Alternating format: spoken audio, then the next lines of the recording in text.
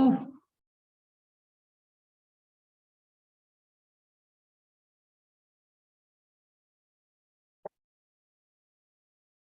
All right.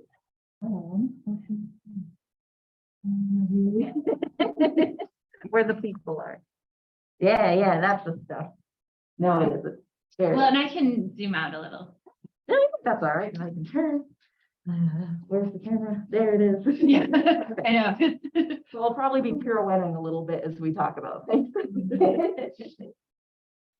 So, thank you so much for attending today. I'm Sam Coulter. I'm an assistant professor in graphic communications over in career technical education.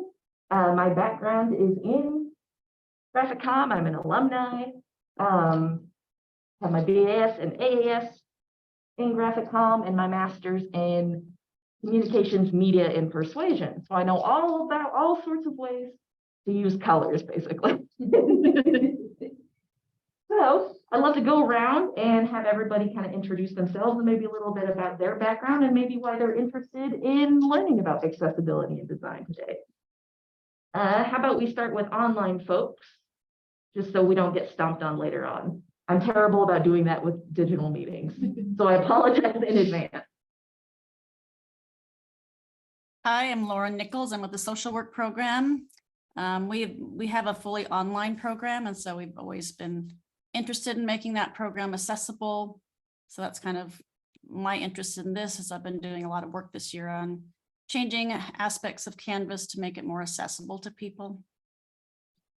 I love to hear that, and especially we have an increasingly digital landscape that we're working within. So accessibility, it's great because we're reaching wider audiences than ever before, but also accessibility becomes an issue even in one of the most accessible spaces. Thank you, Lauren. Oh, the CTL is the least. I'm Marla De Galliano. I'm the director of the CTL, and I teach English. And I have been on a journey for a little while now in learning about how to design my courses and my materials in ways that will be more universal and accessible to everyone. So I'm excited to get your perspective. Ooh, I loved it. I love perspectives. That's my whole thing. Rachel, chemistry, and I just came to you. Thank you. Design stuff. I mean, like anything, I think as you sort of alluded to, Arlo, anything that you can do to improve design helps improve design for everybody. Yes, that's something I'm going to touch on. We're already all on the right headspace. And I'm Suzanne Rousseau. I teach math primarily to pre-service elementary and middle school teachers. And we teach the classes both on campus and online. So quite a while ago, I had to make them accessible online. But it seems in recent semesters, I'm having more and more students with accommodations in the classroom. And so while I'm fairly confident that the online is about as good as I can make it in terms of accessibility, I'm kind of interested in what more could I or should I be doing kind of all around either place, just, you know, without needing someone coming in with accommodations. I just spit all over my face. It's fine. I just like wearing a mask. That's part of it. Just went straight down the chin. Without, you know, them having to really well. I'm just saying. without them having to come ask for accommodations, just automatically, you know, what more could I or should I be doing? So that's what I'm interested in. That's the kind of stuff I'm glad to talk about as well. Very excited. So thank you all again for attending. We'll just dive right in and start talking about, let me make sure I can get over here, accessibility and everyday design. So, like education, theoretically, design in itself aspires to be accessible. But unfortunately, that's not always the case. And whether we realize it or not, education is also supposed to be that way as well, theoretically, right? Ideally. And our best option to do so is to try and engage our widest audience and variety of individuals possible. That's why we have like online programs and a bunch of different options for all of our different kinds of students and their needs. But this is all much easier said than done, as I'm sure you all have experienced, especially like shifting from Blackboard and working in Blackboard in the past and then moving to Canvas, like all sorts of different kinds of challenges that we end up facing.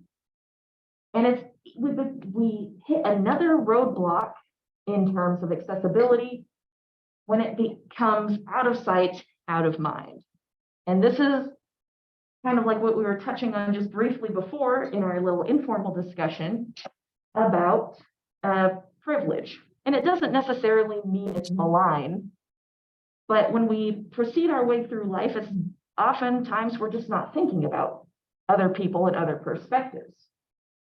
And I say Sam's story here because my best example of this out of sight, out of mind thing is I took a trip with my parents and my brother.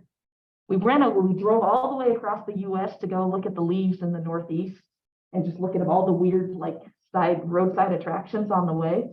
Very fun. And my mom is wheelchair bound. So she has MS pretty severely. So anytime we stopped somewhere to use the bathrooms and I'd help my mom, I'd probably say 1 out of 20 bathrooms that we'd ever go to could actually fit the wheelchair in the stall.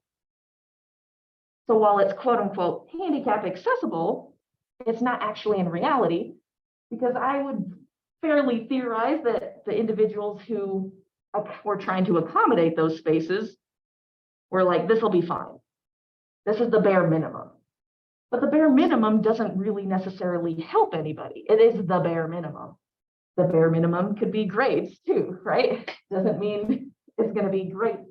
You don't necessarily want that medical student to get the bare minimum grades, right? If they're going to be working on your guts and stuff. So it's important to consider those other perspectives, and that's where accessibility really comes into play. It's empathy and just considering the other ways that people are going to understand and communicate. So, can I do the arrows? Whoa! I was just like immediately worried I was going to mess something up with the slides. So, it's important because accessibility benefits everybody. Because just because you don't necessarily have a specific accommodation doesn't mean it can't help you in another way. My cute little illustration here, we have a little, let's say my mom in the chair, she's not happy. She can't get up those stairs. But when we have a ramp, it's just nicer for everybody. Not only can my mom ride her wheelchair up the ramp, but individuals who have like bad backs, we're all getting there, don't have to worry too much about the stairs. Might be better too for weather conditions. Like all of these different kinds of little factors all benefit multiple people. I would highly doubt someone's going to be cranky about having to walk up a nice, gentle slope instead of concrete stairs. So it's important to know that it helps everybody, not just individuals who need those accommodations. It also, because of this, fosters inclusivity and reduces gatekeeping, which is big in education. Because as ideally as it sounds, we want to help everybody. There are a lot of barriers in terms of actually getting communications to all those different kinds of individuals. And a lot of the time people just give up at that point because they don't think it's either worth it or they don't want to put in the effort. And there's really not that much extra effort to put into it. Not if you're kind of thinking about it as you're, like Marla and I were talking about, as you're designing it, as you're making it. It's just very, very simple stuff that you can do ahead of time to basically ensure that you are communicating as best as you possibly can with all sorts of different people of all sorts of different abilities. And accessibility also lets us examine our own biases and our own abilities. Looking at different kinds of large amounts of text. My boyfriend's dyslexic too. He's got a whole slew of things. He's a very sweet boy. But having an audiobook for him would be great, a great alternative to just written text. And let's say I would benefit from that as well because my learning style is audio. So basically, it just benefits everybody. And maybe like Rachel is also in that class and she's on a road trip for conferences.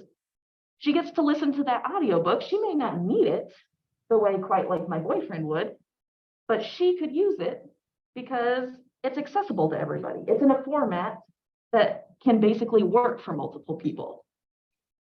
So let's talk about some things that we can actually consider when we start working with materials.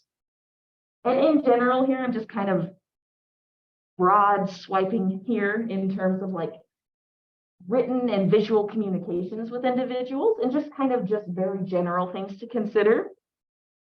So we want to make sure the education and accessible design is basically interactive for everybody who can access it.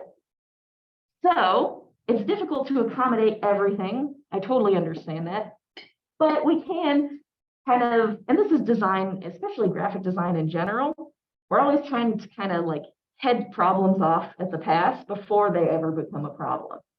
And accessibility is definitely that way. You're just putting those considerations into your mix before you actually bake the cake.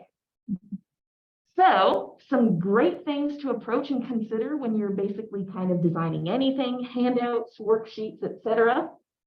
Maybe books, you're writing a book or a textbook, would be contrast, hierarchy, color, typography, and the actual medium that you're using it in. And we're going to go through these, and then handouts kind of also work through this as well.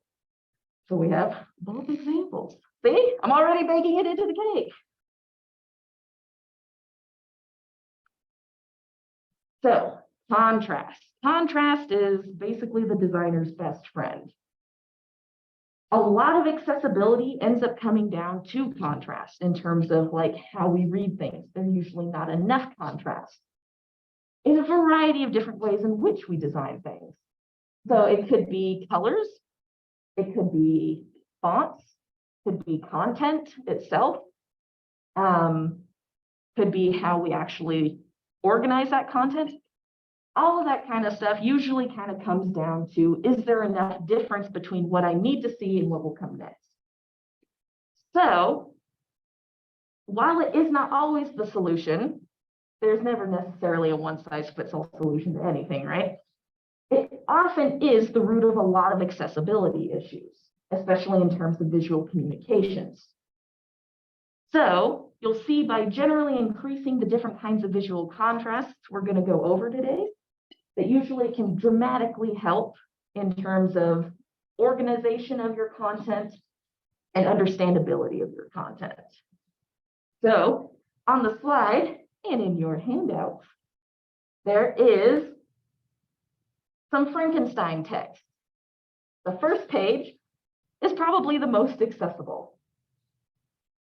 The next few pages specifically cover different kinds of contrast. So it's always good to make sure that when you create something, you're not putting a lot of text on a really busy background. And I want to put a caveat for all of this. I highly encourage you to make your communications, your visual communications, your handout, books, whatever, engaging and interesting. Use the fun, creative stuff. Just know that there could be some accessibility issues, but hopefully we're going to learn about some ways to head those off at the pass so you don't have to worry about them too much. They won't become a problem. A lot of ifs here. But yes, we can see through those first few pages of the handout and what we have on screen. Personally, and I have fairly decent, well, I definitely couldn't read it if I didn't have my glasses on, but I can't read it with my glasses on. So a good example too of like putting yourself in the shoes of an individual who might have visual impairments, differing visual abilities. And again, that's a good example. You two don't have glasses. Can you read that okay? Oh, no, not, I think. I was losing my eyesight a few years ago, and they finally, I had a bone that was pushing on a nerve that I was going blind because Oh, anyway, my chiropractor fixed that, but then I developed cataracts not very long after that. And so I was the kid that I had the like 60-inch monitor just to do my work, just to do my job. Now I've had cataract surgery. Now I can absolutely see that. But yeah, no, I was losing my sight, and I was like, how am I going to keep doing my job? Because I could not, I mean, even, you know, a normal size monitor on my desk, I couldn't make things big enough to read them. So, and that was just, I don't know, 5 years ago. It wasn't very long ago. Yeah, yeah, in my 40s was the last. Yeah, Crazy. yeah, and so it's not something that's visible, but yes, no, I absolutely know that sucked. So it's by kind of like putting in these considerations beforehand, you can meet the needs of everybody. That's why this is a great example, actually. Thank you for bringing Of this course, yes. about how accessibility can benefit everybody. Because if no, I'm not going to even say we could read that. It's impossible to read. So imagine with individuals with varying levels of visual impairments, right? So what we can do is increase that contrast a bit. And you'll see a lot of like variable websites often offer dark modes or light modes. Some people find it easier to read on a dark screen with white text versus white screen on with dark text. Did I flip that? Anywho, you know what I mean. So you can see here, this is just a good example of increasing contrast makes it dramatically more accessible. Basically, we can all read that much better than what it was before. It's just kind of taking some of those design and contrast considerations into your own hands when you start working on things. Are we good? That makes sense with everybody so far? Sorry, that's my classic class question too. Like, everybody with me? All right, here we go. Another thing that we can rely on is hierarchy. Making a good hierarchy usually also consists of contrast. There's a lot of overlapping elements in design. Using a good hierarchy can really help in terms of accessibility, especially with differentiating content.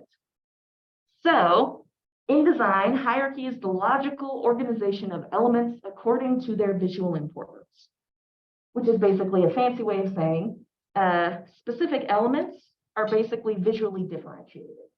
They might be highlighted or larger or in a bulleted list, basically to let us know this is separate from something else. That's why when we read newspapers, we have the big title. That's what they want us to look at, right? That's a hierarchy. Then the byline, then all the body text. Same with visual communications that we can use in our class, because not all content is equally visually. Of course, all the content's important, right? But visually, it's good to let all sorts of different readers or viewers or students know that the content is basically chunked out and organized in a specific way. And I know this seems very like obvious, like on face value, but as we kind of look through things, we can definitely see how it can become less accessible when we kind of don't consider a hierarchy. So basically leads us through important to subsequent content, and when used consistently and appropriately, can significantly help readers through content. So let's take a look at some examples in practice.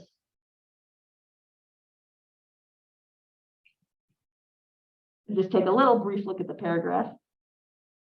Size of the font. Oh. You actually can't quite see it. I guess I can come up. I should have thought more about the Well, it's a accessibility. tiny screen. You don't really know. We do need bigger screens than. Yeah, you need a bigger screen, because I'm sure on a normal screen that would, I mean, like just a big screen, it was. Yeah, it's not too bad, like on the laptop, but. So, do you think it utilizes visual hierarchy? Do we have? I'm just gonna dive in. It's all the same. I mean, maybe at the word level because of capitalization. Yes, that's probably, and that's the bare minimum. Right? Yeah. It's just the correct sentence, which is nice. Another version of like accessibility in terms of like letting people know when the sentence is over, right? Are there any visual cues that let us know what's important?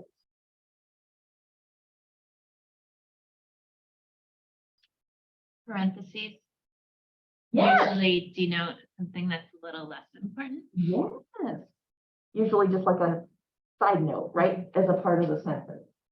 I'm going into grammarian mode. That may Yeah, not yeah. be what you want to hear. No, that's absolutely, that's a great example because yes, when I was typing this out, I thought about putting it maybe in commas because it wouldn't have been quite as noticeable. What do you think could be changed to improve visual hierarchy? And you don't have to necessarily answer. You could just kind of think about it, especially as we go through other examples. So kind of keep this one in mind because the next one's really bad.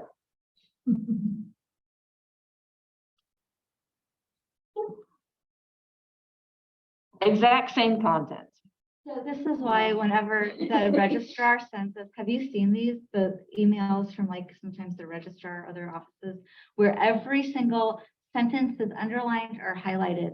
And I, before sending it out to anybody, I actually remove all of the underlining, bold and highlights because every single thing is underlined, bolded or highlighted. I'm just like, And that's the thing, right? All of it. one word, Right. you get one word. Yeah, because when everything's important, nothing's important. Yeah. Right? That makes it harder to read.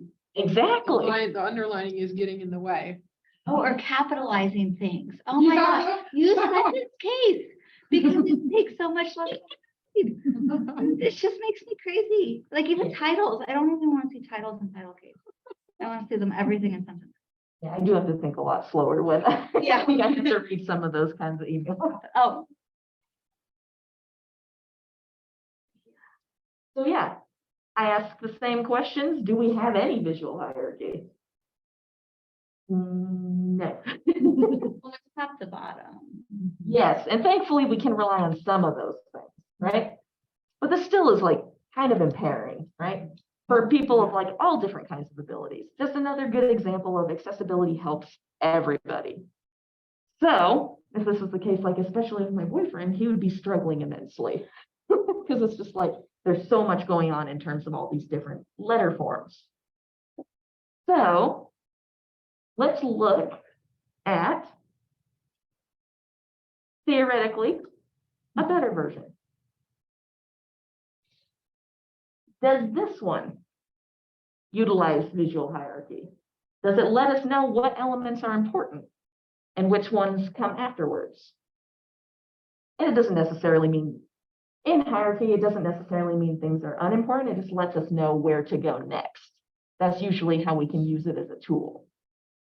So would you say this kind of lets us know where to go next? Definitely broken up a bit better, right? We have our title, then we have our bullet points that are separated out by each sentence, theoretically. What are the cues to let us know that's important? I do this when I lecture. I get ahead of myself and I answer my own questions. The bullet points, right? We have our title big and bold and underlined. So we know these are underneath but a part of this bigger thing. They're not all the same, but they're related to one another. And based on visual cues, what elements? Again, I answer my own question. I do that all the time. I always get ahead of myself when I lecture because I know what I'm talking about, but I'm like, maybe I forgot this. And then I say it and that's the next slide. I do that all the time. So some really simple ways of actually differentiating information. And we're going to kind of talk about that in terms of typography. We kind of go down the list because all of these things kind of interact together. It's all kind of cyclical. So contrast here is making sure that we have elements that are visually different, right? Then the hierarchy lets us know where we need to go throughout the content. And then we can incorporate things like color and typography. So with color, and if you go a few pages in after we get through the contrast pages, we have some great examples in the handout of not great color palettes, not very accessible color palettes. a little rough. You might not want to look at it for too long. Again, we use contrast in terms of color accessibility. Color is one of the more, I would say, pinch points in terms of accessibility, especially when we only rely on color to differentiate information. That's when we looked at in the previous slides, we had very straightforward visual cues to let us know what's important, right? Underlines, bold, bullets. Lots of different kinds of visual impairments and individuals of different visual and neurological abilities could still be able to parse out a lot of that information. When we rely exclusively on color, and this is where I always have to warn my students too, to be careful when they're trying to make really accessible materials, because color varies probably more dramatically than anything else. Because people perceive color dramatically differently from person to person, genders, even in different cultures, color is just totally different for everybody. So while a color palette can be very fun and very cool, it might not necessarily communicate what you need it to, and might actually hinder the communications, the messages we're actually trying to send to people. So making sure, again, we come back to contrast. Having enough color contrast in your materials is really important, because if somebody is, which we'll see on the next slide, some variation of color blindness, they'll still be able to understand what kinds of, like the bullets, the bolds, and the underlines, they'll still be able to understand that content, that visual hierarchy. If we rely just on colors, we can kind of fall into a little accessibility mess, a little pit. And again, I highly encourage like creativity and uniqueness with your color. I love colors. I made a career out of it. Just make sure you have enough contrast, because what you view as accessible, what you can see, isn't the norm per se, right? We should never rely exclusively on our own personal experiences and abilities and assume that is the whole cloth solution to everything. So on screen, I have these, and in the handouts, our first color palette on the screen, a classic thing that I always tell students, never print white on yellow. Because design fact, oh wait, this one comes later. The one I'm thinking of is later. But this is a fun one. Metamerism, I like saying metamerism, but metamerism is how colors change in different lighting conditions. So not only do you run into issues in terms of accessibility, like if we can assume they're reading indoors, maybe they're outdoors, maybe they're in bad lighting. Like who's to say? That's going to change too. That's going to affect the accessibility of that content as well. And that's a lot of factors that we can't necessarily guarantee for sure, but we can kind of narrow down by making things a little more accessible. And I'm sure you've heard from accessibility services about not relying exclusively on color to differentiate information. And in my next slide, we'll see why. Well, more contrast in color, but yes, color with the same intensity and brightness can create an optical illusion where the colors actually kind of vibrate. So our brain is trying to process the differences between these two colors, the text and the background color per se, and it kind of can't reconcile those differences because they're so close to that same intensity. So that's kind of like what you can see in that handout. And you don't have to look at it again if you don't want to. It is very rough. But yes, and the example on the screen does the same thing. Basically, where we can't actually read the text because the color is so close to the same intensity. So again, just kind of upping the contrast just a little bit can significantly help in terms of actual readability. And it can also help with hierarchy as well. Even if individuals who can't necessarily see those colors quite the same way, we not only have a visual cues in terms of our text being bigger, our titles, our bullets, and our underlines, but color can also act as fun accents, basically to help reinforce. So, hierarchy, dominance, frames. Now, that kind of help everybody in terms of color and color understanding? Perfect. And this is actually a good example too. One of my colleagues, she's also a math instructor, Becky Snyder. She'll have certain worksheets on different colored paper, which is very helpful because it's like it lets students know, but also she has like the title of what it is. So it's not just relying exclusively on blue pages, right? She's kind of baked into her design cake those previous thoughts in terms of like, this is how I will differentiate it, not only with the color of the paper, but the actual text itself. So that's in practice. Can I ask a question about that? Yes. So I do that too with my syllabi. I always have the syllabus on colored paper and everything else is white. So that when I tell students, to pull out their syllabus, they can find it more easily. But I do wonder if there's enough, and they also have it on Canvas in just a white, with black text. But is there enough contrast? Yeah. And I then, think you'd be fine. I've had students request that pretty, okay. yeah. The colors, yeah, so I do that. Yeah, come here and I learn new things. Yes. It's always. I've actually worked with students in the past too who required different colored prints on different colored paper with visual impairment issues, or varying visual impairment abilities. That's what I should say. So yes, I think that's perfectly fine. Usually a good, I hate to use the phrase rule of thumb, but a good rule of thumb in terms of contrast is about 70%. You're usually safe. Anything underneath that, things are going to start to blend together visually. And there's I have some good resources in here that I can share with everybody as well.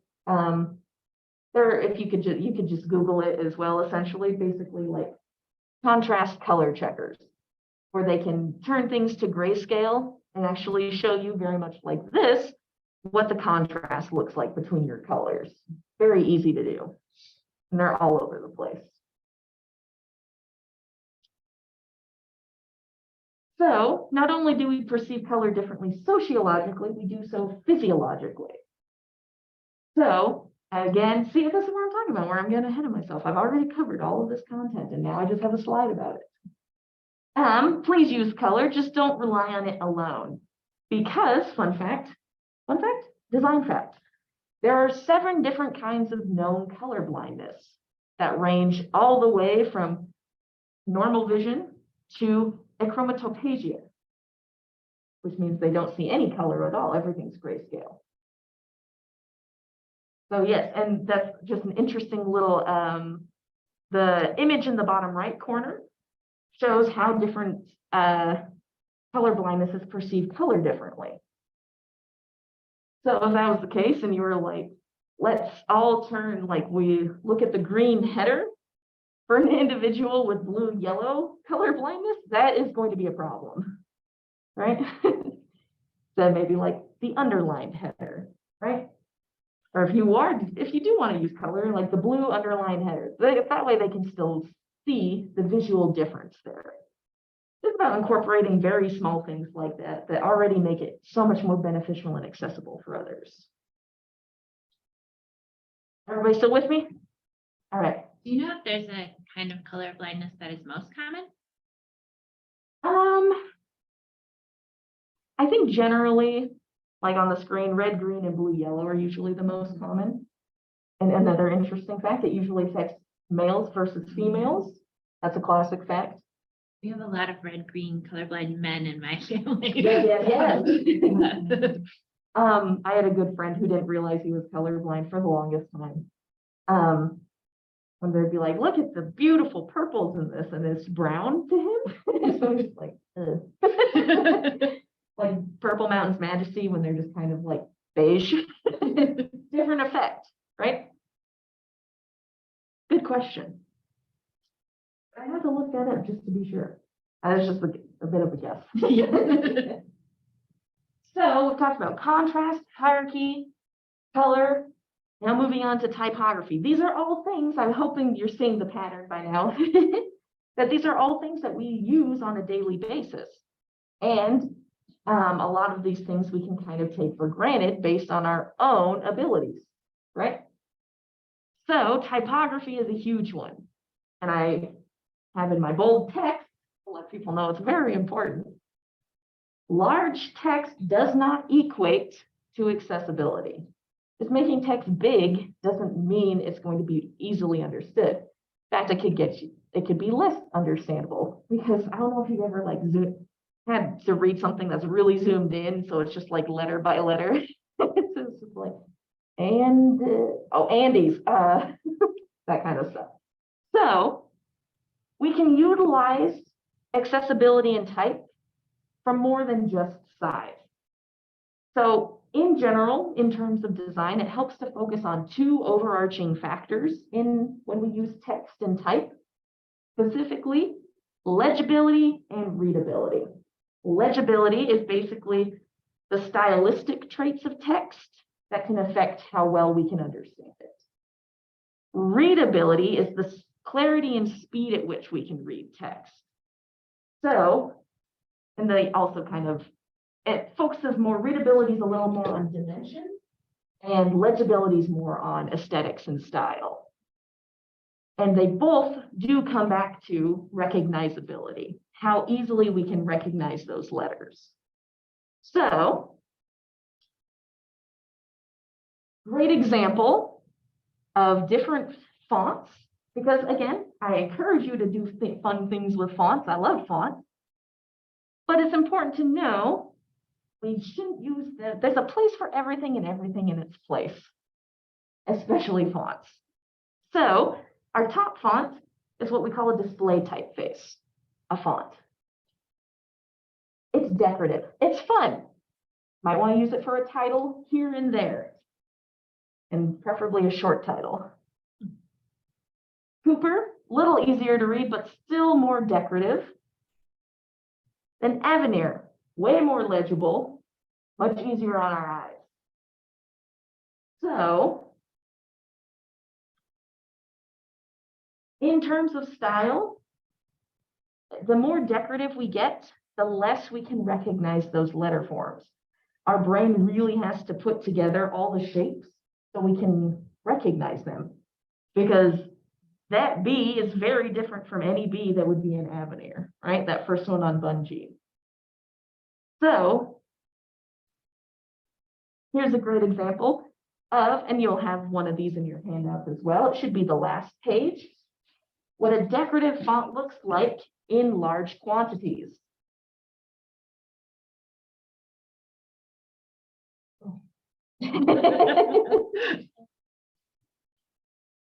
And for those of us in Zoom on screen, just an average paragraph, normal text. This is the Avenir font I was talking about. Here's what it looks like in Coulter. Again, still legible, but it's definitely going to slow us down because it takes our brains longer to recognize those shapes. And then, oofta, trying to read all of that is going to, and this is why, if you like 500-page novels, this is why Game of Thrones isn't in Bungee, because that would be cruel and unusual punishment. Because it just takes our brains so much longer to recognize those forms. Because we've been trained our entire lives to recognize very simplistic shapes in terms of typography. So when we get the really decorative stuff, it's very fun, but it's just not accessible, especially in terms of very large quantities of text. So I like to talk about fonts like dessert. I love dessert, but if I ate it every day, I'd die. It's great, just not for every meal. Decorative fonts and typefaces are the same way. Do fun stuff, differentiate your content with unique fonts. Just make sure that they're pretty dang legible, and know that they should be used sparingly and for special occasions. Because again, that can help differentiate the content, but if we're using it all the time, then everything kind of blends and everything's important, unimportant. There's that interesting font that has it's not that it's serif. I have to say it sounds serif or serif, but it actually has it's for people with dyslexia and it has like a bottom heavy. Comic Sans? Arial? No, it's specific. No, it's not like a Interesting. standard. It's like I don't know. I've never. That was designed, Yeah, to help Yeah. people read if they have this. yeah, I don't know what it's called. Yeah, me neither. I don't see it in my standard set of Mhm. fonts, but I've always thought it would be, I don't usually use it. I always wondered if it would be a good idea to use it or not, but I don't. In those instances too, that'd be a good opportunity to actually, like, if a student has those kinds of accommodations, they may not necessarily make them, but it's good that we can hopefully approach those different kinds of learning styles and different accommodation needs in general with students, right? In the past, I believe Arial and Comic Sans are usually good ones for a variety of dyslexia.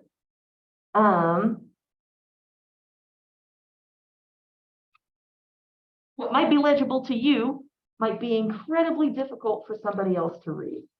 That's why this cute little poster only has like 4 words on it, because I know that it's a very decorative font.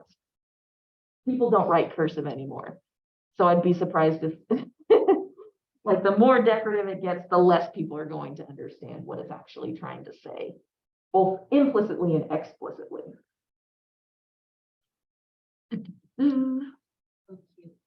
Oh, thank you. Yeah, this is great. It's decor, right? I would definitely design a worksheet or a handout dramatically differently.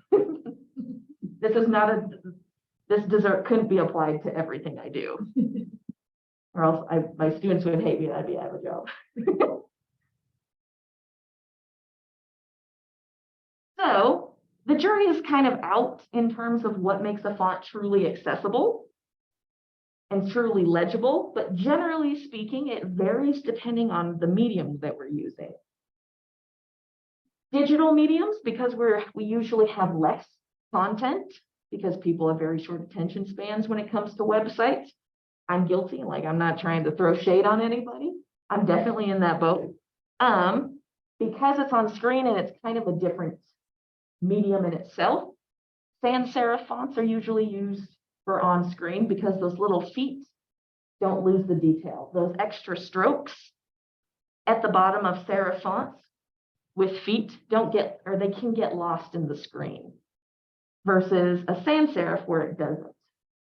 And then in print mediums, why most textbooks, very large books, are usually printed with a serif font with the little feet, because theoretically they help lead you to the next letter form.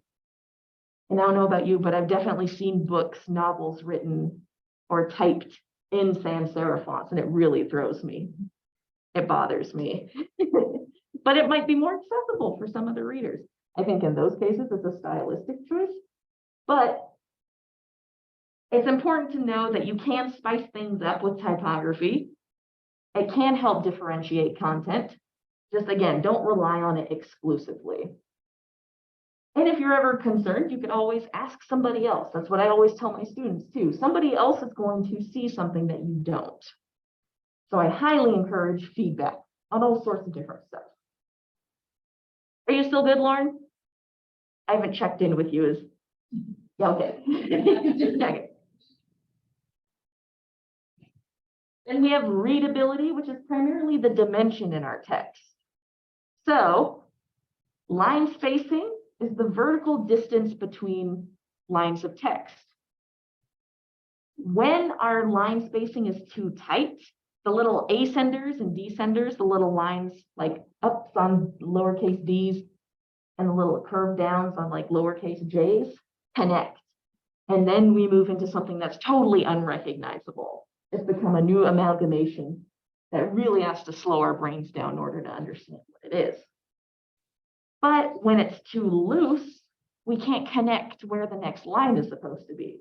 We move more into like visually decorative, like poetry, right? Where the lines are supposed to kind of, it's a visual kind of sculpture, not necessarily as functional in terms of like a full page of textbook text, right? So another fun design fact, in printing, line spacing is known as leading, and it gets that name because in typesetting, when we put the letters in what we call the chase, the little frame bracket, I say we used like I actually did it. They used historically chunks of lead were used in between lines to either increase or decrease the space. So it's literally lead. So, and I believe, I'm trying to remember which page this is in the handout. I want to say pages 5 and 6.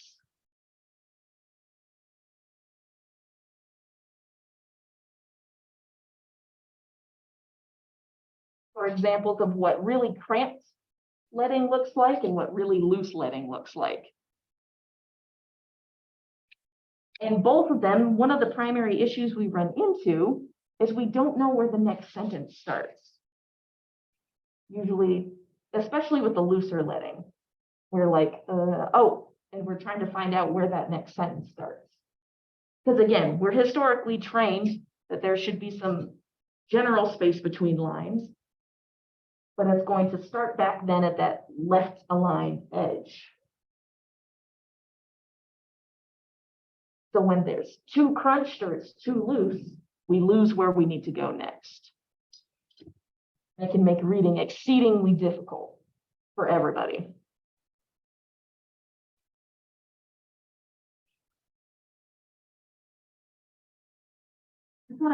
Yeah, all right. We also have the medium of use. I kind of touched on this a little bit in terms of digital fonts and whatnot. But the accessibility of the actual medium can dramatically affect how well we understand it.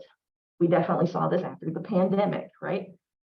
And during the pandemic, when there were a variety of not only accessibility and individual needs, but technological needs, right? Again, shows us those different levels of privilege and what some individuals have versus the obstacles others face. So know that different fonts on different papers can either help or really hinder accessibility, especially in terms of paper texture. This is again why like long novels are on normal dull paper, because you're looking at it for a really extensive period of time. If you're looking at a piece of paper that's really shiny and glossy, it's going to be like looking at a bright window the entire time. Actually causes fatigue and eye strain. And too far on either end of the spectrum can do that. But the different kinds of textures, different kinds of paper colors can either help or harm. Like Marlowe's salmon colored syllabus, good color, lots of contrast, nice. It's not fluorescent orange, which you have like access to. Like you could get fluorescent orange paper, but probably won't help too many people, right? So in that instance, people are probably not going to look at the syllabus because it's going to be kind of like looking at the color pages, right? Where you're like, oof, I'll look at this maybe when I can handle it later. Lots of websites and digital resources are, I highly recommend taking advantage of those because they often have a lot of accessibility tools built into them, such as changing those different colors of pages. Perlego is a really good resource if you're interested in, they're a textbook hosting website essentially where students can access textbooks. I believe most educators can get a free account to reference all sorts of different like legitimate textbooks. But it's really cool because they have so many different accessibility tools built into it. They can apply gradients to text. It's easier for individuals to basically start and end at different parts of the sentence. Black and white, you can change the paper color on the screen, so it could be an off-white or black, whatever. very extensive tools. And most websites have something like that built into them, especially educational websites. Because again, we're aspiring to be accessible.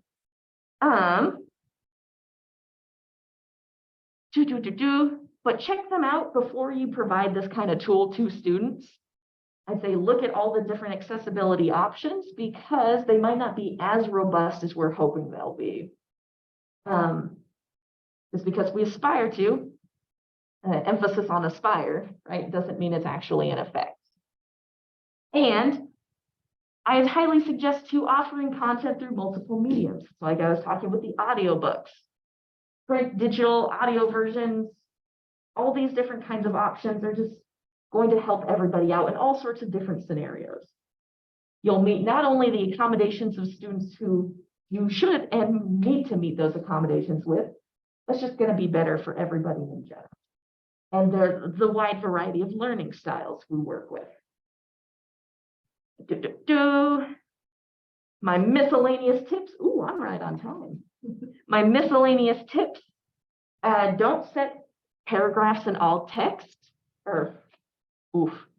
don't set text in all caps, because not only does it look like somebody's yelling at you the whole time, we run into not recognizing those letter forms. Because again, we're trained to recognize sentence cases. This is the start of the sentence. This is the rest of it, not all caps. It's just, and it's very difficult to read. It definitely slows our brains down. So use bold, underline, and italic type styles sparingly where you need to create that kind of sense of hierarchy. Don't use large quantities of text on busy backgrounds or backgrounds with really intense color screens. Avoid hyphenated words at the edges of lines where you can, because again, that's going to break up how well our brain is going to understand that word. It'll be easier for us to read, and then it's hyphenated on the next line versus, and then it's hyphenated. It breaks up our train of thought and slows down our speed of understanding and readability in general. Paper extra glossy, super bright white, too dark, or too intense of a color can make it really difficult to read text, because we run into those same intensity issues in terms of what our text is and versus our color on our page. Highly textured materials are usually very difficult to read on as well, because all those little different hills and valleys blend with the complexity of the text itself. Key takeaways. Contrast is accessibility's best friend. Don't rely on just one type of visual. I encourage you to use a variety of types of visuals to differentiate information. But relying on one alone can kind of lead to accessibility issues, like color specifically. That's kind of my main example. Consider the medium of communication and how that might affect content, how people will understand it via the actual medium that we're choosing to use. Be creative and use fun, creative stuff and make things aesthetically interesting. Just don't sacrifice practicality and accessibility for style. Tell that to my students. Has varying levels of success. And accessibility benefits everybody. Yep. So here's some really good resources if you're interested. I believe most of these are also available through the Accessibility Services website. But, and I have them up there, of course. There's a Word accessibility checker, like checking the accessibility of your document in Word. Okay. WebAIM color checker is a really good one. That'll tell you specifically if you have enough color contrast. And you can always refer to accessibility services. It is literally their job to ensure things are accessible. So if you ever have any questions, please speak with them. I work really closely with Autumn, especially with a lot of my students with accommodations. She's great, and it really helps in terms of communicating with students properly, so we all know what our roles are in terms of providing accessible accommodations for students. And a good book, but there's really not much out there on it, unfortunately. Because again, I think a lot of it comes back to that Well, out of sight, out of mind.